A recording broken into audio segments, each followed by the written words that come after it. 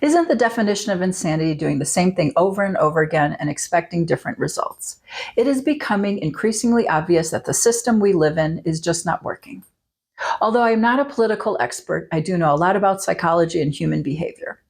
I will attempt to illustrate some basic flaws as to our system and why we keep repeating the same patterns with hopes that we could finally make some foundational changes and create a system that actually works.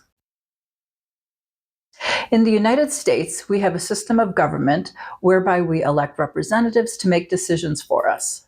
The word govern is defined as to control, rule, or manage, which assumes that we have an inherent need for guidance, leadership, and that we need to be told what to do. With this ideology, we are essentially giving our power away. Our system is based on a hierarchical model, and in some way, this ideology assumes that we are children. Unless we have self-evolved leaders, this model will invariably lead to dysfunctional power dynamics and narcissistic abuse, which is exactly what we are witnessing. Research has shown that individuals with narcissistic and sociopathic tendencies will gravitate toward positions of leadership.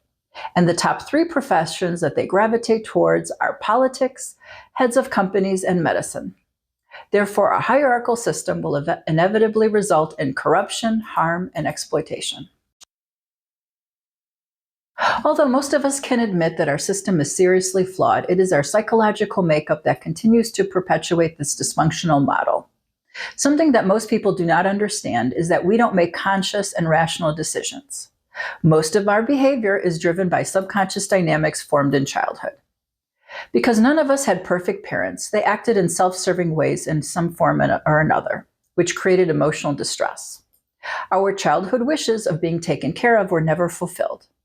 So unless we have done our personal work, we project these unmet needs onto figures of authority, and they become our parental substitutes. This is why we keep voting in hopes that someone will finally do the right thing. It is also our psychological makeup that is responsible for our cognitive dissonance, which contributes to supporting those that we have appointed as leaders, who are obviously not looking out for our best interest.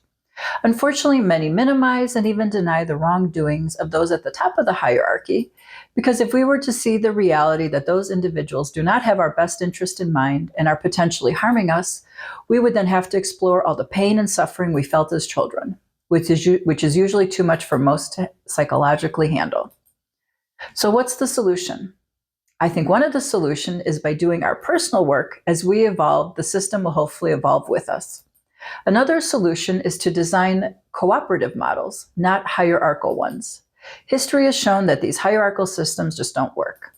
I'm not sure how we're going to get there, but the first step is to see the inherent flaws of the systems we are already in and see how we're all contributing to its dysfunction.